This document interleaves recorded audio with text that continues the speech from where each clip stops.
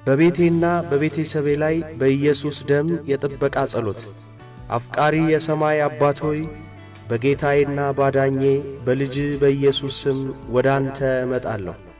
ሕይወቴን፣ ቤተሰቤን፣ የኔ የሆነውን ነገር ሁሉ በእጆችህ አሳልፌ እሰጣለሁ። በኢየሱስ ደም ለቤተሰቤና በዙሪያዬ ሁሉ ጥበቃና መሸፈን እንዲሆን እጸልያለሁ። እያንዳንዱ የቤተሰቤ አባላት ሁሉ ይሸፈኑ።